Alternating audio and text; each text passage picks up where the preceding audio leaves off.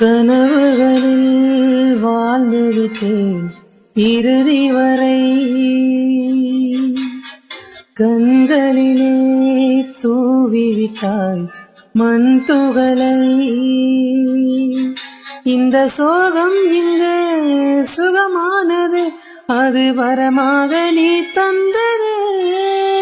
நீ மறந்தாலுமே உன் காதல் மட்டும் நீ துணையாக வருகின்றது.